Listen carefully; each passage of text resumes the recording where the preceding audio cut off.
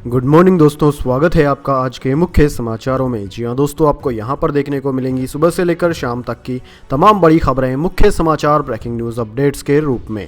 तो दोस्तों, आप सभी लोगों से रिक्वेस्ट है इस वीडियो को ज़्यादा से ज़्यादा लाइक और शेयर करें। तो दोस्तों, सीधे चलते हैं आज की पहली बड़ी खबर की ओर। 5 राज्यों में हार के बाद टूट की और कांग्रेस। 24 घंटे में आजाद के घर G23 नेताओं की दूसरी मीटिंग, पत्रकारों को भी बुलाया, ले सकते हैं बड़ा फैसला। जी हां दोस्तों, 5 राज्यों में करारी हार के बाद कांग्रेस हाईकमान के खिलाफ G23 नेताओं ने मोर्चा खोल दिया है। गुलाम नबी आजाद के घर पर G23 नेताओं की 24 घंटे में दूसरी बैठक हो रही है। मीटिंग में आनंद शर्मा, कपिल सिब्बल और भूपिंदर सिंह हुड्डा समेत दिग्गज नेता शामिल हुए। बैठक के लिए पत्रकारों को भी बुलाया गया है। दोस्तों, माना जा रहा है कि G23 के नेता कोई बड़ा फैसला कर सकते हैं। 5 राज्यों के चुनाव परिणाम आने के बाद आजाद के घर यह तीसरी बैठक हो रही है।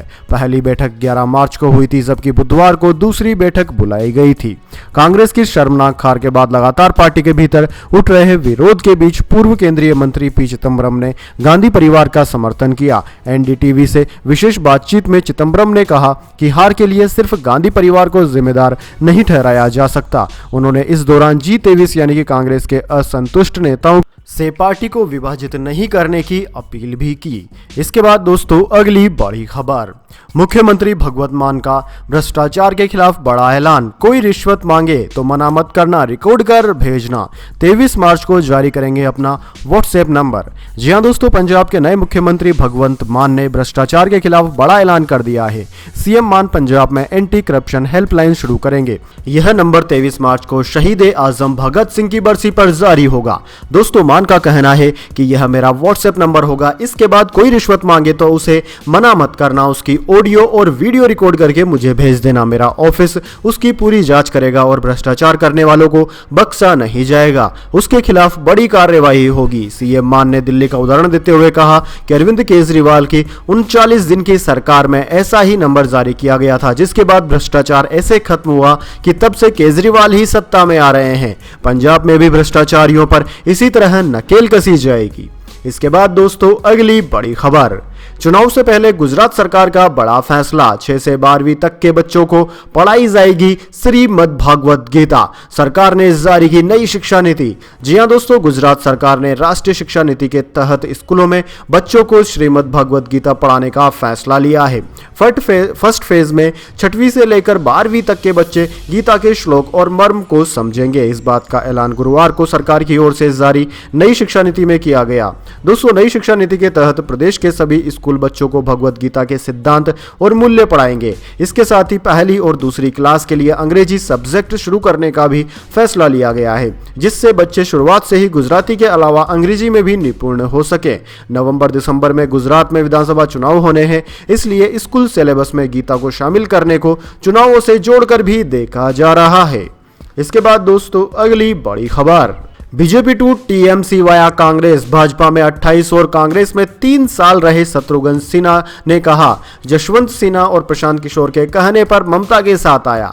जी हां दोस्तों, अभिनेता से नेता बने शत्रुघ्न सिन्हा ने हाल ही में कांग्रेस का हाथ छोड़कर टीएमसी का दामन थाम लिया। शत्रुघ्न सिन्हा के मुताबिक उनके टीएमसी ज्वाइन करने में प्रशांत किशोर और पूर्व केंद्रीय मंत्री यशवंत सिन्हा का अहम रोल रहा।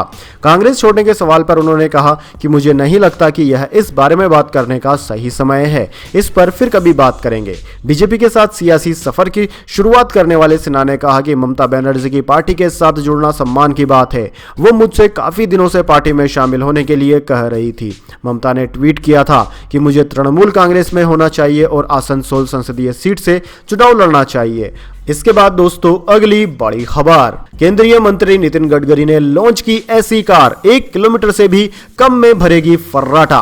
जी हां दोस्तों, देश की पहली ग्रीन हाइड्रोजन फ्यूल कार बुधवार को लॉन्च की गई। इस कार को देश में गेम चेंजर के रूप में देखा जा रहा है। दोस्तों, नितिन गडकरी समेत 4 केंद्रीय मंत्रियों ने बुधवार को इसको लॉन्च किया। ग्रीन हाइड्रोजन से चलने वाली कार को फिलहाल पायलट प्रोजेक्ट के तौर पर शुरू किया गया है। इस कार के सफल होने पर आने वाले समय में देश भर में ऐसी गाड़ियों की बिक्री की जाएंगी। इस तरह की कारों को चलाना पेट्रोल और सीएनजी कारों की तुलना में काफी सस्ता होगा। ग्रीन हाइड्रोजन से चलने वाली कार से चलने पर 1 रुपए प्रति किमी से भी कम का खर्च आएगा दोस्तों, जबकि पेट्रोल पर चलने वाली कार का खर्च 5 से 7 रुपए प्रति किलोमीटर रहता है। वहीं सीएनजी कार का खर्च 304 रुपए प्रति किमी रहता है। कार की लॉन्चिंग के मौके पर केंद्रीय सड़क परिवहन और राजमार्ग मंत्री नितिन गडकरी, पेट्रोलियम मंत्री हरदीप सिंह पुरी और ऊर्जा मंत्री व भारी उद्योग मंत्री महेंद्र नाथ पांडे मौजूद रहे। इसके बाद दोस्तों अगली बड़ी खबर, रूस का मेटा को जवाब, इंस्टाग्राम ब्लॉक होने के बाद खुद का फोटो शेयरिंग ऐप रोसग्राम लॉन्च करेगा। क्राउड फंडिंग और पेड एक्सेस जैसे फीचर्स मिलेंगे।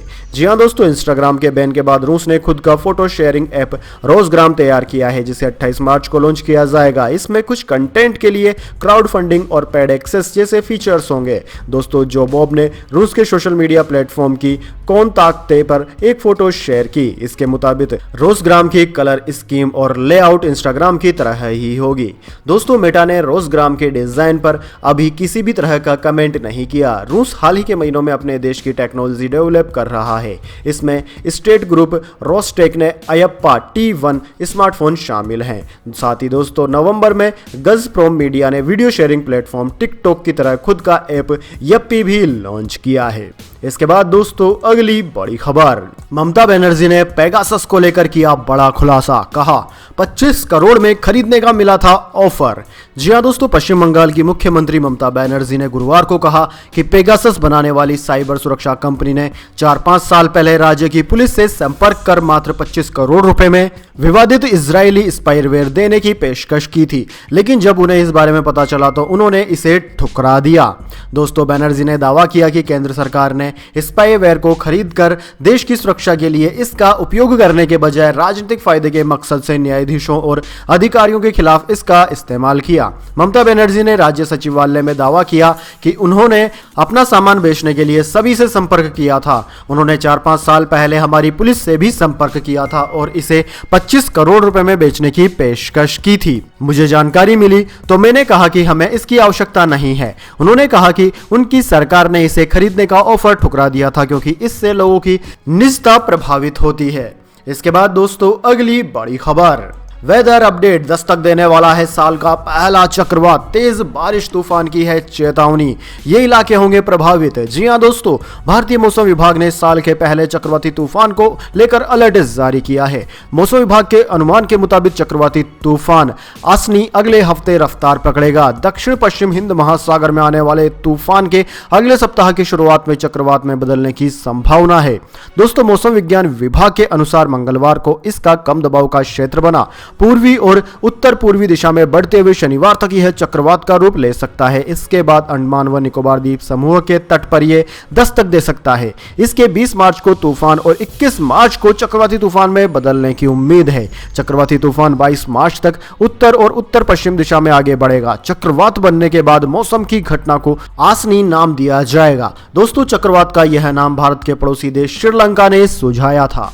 इसके बाद दोस्तों अगली बड़ी खबर, खाने के तेल की बढ़ती कीमतों पर बड़ा अपडेट, सरकार ने किया कड़ा फैसला। जी हां दोस्तों, होली से पहले खाने के तेलों की बढ़ती कीमतों ने रसोई का बजट बिगाड़ दिया है। खाद्य तेलों की बढ़ती कीमतों पर सरकार ने सख्ती की तैयारी कर ली है। केंद्र सरकार ने तेलों की कीमतों को कम करने के लिए राज्य के साथ कई दौर की बात की। सरकार ने तेल उत्पादक निर्यातकों से भी कई दौर की बातचीत की है।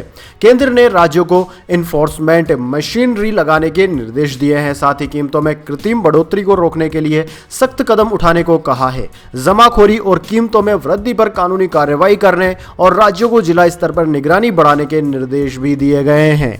इसके बाद दोस्तों अगली बड़ी खबर, एक्स्ट्रा इनकम के लिए मोबाइल से कर सकते हैं बिजनेस, लाखों में होगी कमाई। जी हां दोस्तों, आज हर शख्स नौकरी के साथ एक्स्ट्रा इनकम करने के बारे में सोच रहा है। अगर आपके मन में भी अतिरिक्त कमाई करने का विचार है तो आप इसकी में आपकी मोबाइल की मदद ले सकते हैं। जी हां दोस्तों, दरअसल दोस्तों इस बिजनेस में टाइम के साथ मैच्योरिटी आने पर आपको और ज्यादा फायदा होगा। इसे करने के लिए आपको किसी खास प्लानिंग की जरूरत नहीं होती है, नहीं इसमें किसी प्रकार के उम्र का बंधन होता है। दरअसल दोस्तों हम बात कर रहे हैं जिस बिजनेस की, उसका नाम है मोबाइल से फोटो खींचकर उसकी बिक्री करना। जी हाँ दोस्तों, यानी कि डिजिटल मीडिया के बढ़ते दौर में डिजिटल फोटोग्राफी की मांग बढ़ रही है। ऐसे में आपका क्लिक किया गया फोटो लाखों रुपए में बिक सकता है। दोस्तों, बहुत लोगों को फोटोग्राफी का शौक होता है। ऐसे लोग एक नॉर्मल सी जगह में भी फोटो का यूनिक एंगल तलाश लेते हैं। यदि आप अपने इस शौक को इनकम में बदलना चाहते हैं तो हम आपको कुछ वेबसाइट्स के नाम बताते हैं। यहां पर आप अपने फोटोज को सेल कर सकते हैं। इनमें है Adobe stock, shutter stock, LBST, फोटोमोटो, क्रिस्टॉक, 500 pixel, snappy for you, your photos, photo shelter. दोस्तों, ये कुल 10 ऐसी कंपनियां हैं जिनको आप अपने फोटोज बेच सकते हैं। इसके बाद दोस्तों, अगली बड़ी खबर, इजराइल में मिला कोरोना का नया वेरिएंट। ओमिक्रॉन के 2 सब वेरिएंट से मिलकर बना अब तक 2 मामले मिले। जी हां दोस्तों, जाने इस खबर की पूरी डिटेल, लेकिन उससे पहले मेरी आपसे एक छोटी सी रिक्वेस्ट है। अगर दोस्तों आपको अभी तक हमारी न्यूज पसंद आई है तो इसे एक छोटा सा लाइक जरूर दे दीजिए, और अगर दोस्तों आपको पसंद नहीं आई है तो बेशक आप डिसलाइक भी कर सकते हैं। लेकिन दोस्तों, लाइक और डिसलाइक जरूर कीजिए, क्योंकि दोस्तों यही हमारी मेहनत का फल होता है और इसी से हमें पता चलता है कि आपको हमारी वीडियोज पसंद आ रही है या नहीं। तो दोस्तों, जान लेते हैं क्या है ओमिक्रॉन से जुड़ी नई खबर। दरअसल दोस्तों, चीन में बढ़ते कोरोना मामलों के बीच अब इजराइल से चिंता बढ़ाने वाली खबर सामने आई है। इजराइल के स्वास्थ्य मंत्रालय ने दावा किया है कि देश में वायरस का एक नया वेरिएंट डिटेक्ट किया गया है। इसने अब तक 2 लोगों को अपनी चपेट में ले लिया है। इजराइल के अनुसार दोनों ही मरीज बुधवार को देश लौटे हैं। ब्रेन ग्यूग्रीन एयरपोर्ट में कोरोना जांच होने पर इनकी रिपोर्ट पॉजिटिव आई। स्वास्थ्य मंत्रालय के डायरेक्टर जनरल नोचमैन एश ने कहा कि संभव है कि यह वेरिएंट इजराइल में ही इजाद हुआ हो। हालांकि अभी इस पर और रिसर्च की जरूरत है। इसके बाद दोस्तों, अगली बड़ी खबर, crypto price update. Crypto currency market में आज शानदार तेजी। बिटकॉइन 1.23 लाख और इथेरियम 10,000 रुपए से ज्यादा उछला। जी हां दोस्तों, बुधवार को प्रमुख क्रिप्टो करेंसी की कीमतों में शानदार तेजी देखने को मिली। बिटकॉइन शाम 5 बजे 4.20% की बढ़त के साथ 31.90 लाख रुपए पर कारोबार कर रहा था। इस दौरान इसकी कीमत में 1.23 लाख रुपए से ज्यादा की बढ़ोतरी हुई। वहीं दोस्तों, इथेरियम की बात करें तो बीते 24 घंटे में इसकी कीमत में 5.24% की तेजी देखी गई है। 10,550 रुपए से बढ़कर 2.11 लाख रुपए पर पहुंच गई। इसके बाद दोस्तों, अगली बड़ी खबर, शेयर बाजार। सेंसेक्स 1039 पॉइंट बढ़कर 56,816 पर बंद। बैंकिंग शेयर्स में करीब 4% तक की बढ़त रही। जी हां दोस्तों, आपने बिल्कुल सही सुना। भारी गिरावट के बाद आज शेयर बाजार अच्छी खासी तेजी में रहा। बॉम्बे स्टॉक एक्सचेंज का सेंसेक्स 1039 पॉइंट ऊपर 56,816 और नेशनल स्टॉक एक्सचेंज का निफ्टी 312 अंक की बढ़त के साथ 16,975 पर बंद हुआ। बैंकिंग शेयर ने बाजार को भरपूर सपोर्ट किया। दोस्तों, आज सेंसेक्स 789 पॉइंट ऊपर 56,555 पर खुला था। इसने 56,860 का ऊपरी और 56,379 का निचला स्तर बनाया। इसके सभी 30 स्टॉक्स में से केवल पावर ग्रिड और सन फार्मा मामूली गिरावट में रहे। बढ़ने वाले प्रमुख स्टॉक में अल्ट्राटेक 4.18% बढ़कर बंद हुआ। इसके बाद इंडसइंड बैंक और एक्सिस बैंक 3% से ज्यादा बढ़कर बंद हुए। इसके बाद दोस्तों, अगली बड़ी खबर, धोनी ने आखिरकार खोल ही दिया सालों पुराना राज, दूर किया लोगों का पुराना वहम। जी हां दोस्तों, टीम इंडिया के सबसे सफल कप्तान महेंद्र सिंह धोनी ने भले ही इंटरनेशनल क्रिकेट से संन्यास ले लिया हो, लेकिन आज भी उनकी फैन फॉलोइंग पूरी दुनिया में है। लोग हर साल IPL में अपने फेवरेट खिलाड़ी को देखने के लिए पागल रहते हैं। धोनी सालों से नंबर 7 की जर्सी पहनते हुए आ रहे हैं और सभी के दिमाग में यह सवाल रहता है कि धोनी ने इस नंबर को क्यों चुना। इसका जवाब अब खुद धोनी ने दिया है। दरअसल दोस्तों, चेन्नई सुपर किंग्स के कप्तान धोनी ने खुलासा किया कि नंबर 7 उनके दिल के बहुत करीब है, क्योंकि उनका जन्म 7 जुलाई को हुआ था और यही उनकी प्रतिष्ठित जर्सी का नंबर है। यह नंबर किसी भी अंधविश्वास के कारण नहीं रखा गया। धोनी अपने अंतर्राष्ट्रीय डेब्यू से ही शर्ट नंबर के रूप में 7 का इस्तेमाल कर रहे हैं और इस नंबर की लोकप्रियता पिछले कुछ सालों में ज्यादा ही बढ़ गई है। इसके बाद दोस्तों, अगली बड़ी खबर, एलन मस्क ने कर्मचारियों को नौकरी से निकाला। यूट्यूब पर टेस्ला का वीडियो शेयर करना पड़ा भारी। ऑटो पायलट फीचर का रिव्यू करने का है मामला। जी हां दोस्तों, एलन मस्क की कंपनी टेस्ला के कर्मचारी को अपने यूट्यूब चैनल पर टेस्ला का वीडियो अपलोड करना भारी पड़ गया। दरअसल जॉन बर्नल नाम के टेस्ला वर्कर ने टेस्ला की इलेक्ट्रिक कार के सेल्फ ड्राइविंग वीटा सॉफ्टवेयर का रिव्यू कर रहा था। करने वाले इस कर्मचारी को निकाल दिया गया है। जॉन बर्नल ने AI एडिक्ट नाम के यूट्यूब चैनल पर टेस्ला का एक वीडियो पोस्ट पोस्ट किया था जिसमें वे टेस्ला इलेक्ट्रॉनिक कार को एक बड़े खंबे को टक्कर मारते हुए दिख रहा था। जब यह बात उसके कंपनी को पता चली तो उस कंपनी ने उसे नौकरी से निकाल दिया। दरअसल दोस्तों, मीडिया रिपोर्ट्स के मुताबिक बर्नल की बर्खास्तगी से पहले उन्हें उनके मैनेजर ने मौखिक रूप से इसे टेस्ला पॉलिसी को तोड़ने का आरोप लगाया था। हालांकि उनको लिखित में दी गई नोटिस में हटाने की कोई वजह नहीं बताई गई है। अपलोड किए गए वीडियो को 2,50,000 से ज्यादा बार देखा गया था और इसे ट्विटर जैसे सोशल नेटवर्क पर शेयर किया गया था। बर्नाल ने कहा कि वीडियो पोस्ट करने के बाद ऑटो पायलट टीम के एक मैनेजर ने मुझे इस तरह के कार के नेगेटिव कंटेंट वाली पोस्ट को हटाने को कहा था। उन्होंने मेरे साथ एक वीडियो कॉन्फ्रेंस भी की थी। इसके बाद दोस्तों, अगली बड़ी खबर, सेना के बजट में 63,000 करोड़ की कटौती, संसद की स्टैंडिंग कमेटी की चेतावनी। बॉर्डर इलाकों में तनाव के बीच सैन्य बजट में कटौती है खतरनाक। जी हां दोस्तों, संसद की स्टैंडिंग कमेटी ऑन डिफेंस ने लोकसभा में रिपोर्ट पेश करते हुए कहा कि बॉर्डर पर तनाव के बीच सेना के बजट में कटौती करना खतरनाक हो सकता है। कमेटी ने कहा कि साल 2022-23 के लिए कैपिटल हेड के तहत सेना के लिए 2.15 लाख करोड़ रुपए का प्रोविजन किया गया था, लेकिन आवंटन सिर्फ 1.52 लाख करोड़ रुपए का हुआ। दोस्तों, सेना की ताकत के लिहाज से कैपिटल हेड सबसे अहम पार्ट होता है। इससे हथियार, गोला बारूद, फाइटर प्लेन आदि खरीदी जाती है। इस कमेटी के अध्यक्ष भाजपा के सांसद जुएल उराव है। वहीं राहुल गांधी, शरद पवार सहित 30 सांसद इसके सदस्य हैं। इसके बाद दोस्तों, अगली बड़ी खबर, चीन में भारत के नए राजदूत की तैनाती से गद क्यों है ड्रैगन, लगा रहा है यह उम्मीद। जी हां दोस्तों, भारत चीन के बीच डोकलाम और गलवान विवाद के बाद से तनाव बरकरार है। दोनों देशों में इस सीमा विवाद को सुलझाने के लिए 15 दौरों की वार्ता हो चुकी है, लेकिन अब तक नतीजा नहीं निकल सका। इस बीच चीन में भारत के नए राजदूत नियुक्त हुए प्रदीप कुमार रावत का पड़ोसी देश बाहें फैलाकर स्वागत कर रहा है। साथ ही रावत की नियुक्ति को संबंधों में सुधार के लिए बड़ा कदम भी बताया जा रहा है। दोस्तों, ग्लोबल टाइम्स की रिपोर्ट के मुताबिक चीन को रावत की नियुक्ति से काफी उम्मीद है और ड्रैगन का मानना है कि इस कदम से बॉर्डर विवाद सुलझाने को लेकर चल रही बातचीत में पॉजिटिव साइन देखने को मिलेंगे। रावत ने सोमवार को राजदूत के तौर पर पदभार संभाल लिया है और वह चीन की आधिकारिक भाषा मैंड्रीन बोलने में एक्सपर्ट है। साथ ही उन्हें चीन के आंतरिक मामलों की भी अच्छी समझ है। दोस्तों, चीन के अखबार में एक्सपर्ट्स के हवाले से बताया गया है कि रावत की नियुक्ति से चीन भारत के बीच तनाव को, माहौल को शांत करने में मदद मिलने की उम्मीद है। साथ ही रिश्तों में भी सुधार लाया जा सकता है। इसके बाद दोस्तों, अगली बड़ी खबर, यूपी हार के बाद भी सपा का साथ नहीं छोड़ेगी रालोद, लोकसभा चुनाव के लिए जयंत चौधरी ने बताया प्लान। जी हां दोस्तों, उत्तर प्रदेश विधानसभा चुनाव में समाजवादी पार्टी संग गठबंधन में मिली हार के बाद भी रालोद प्रमुख जयंत चौधरी का मिजाज नहीं बदला है। यूपी चुनाव में मिली हार के बाद राष्ट्रीय लोकदल के नेता जयंत चौधरी ने ऐलान किया कि वह 2024 का लोकसभा चुनाव भी अखिलेश यादव की समाजवादी पार्टी के साथ ही मिलकर लड़ेंगे।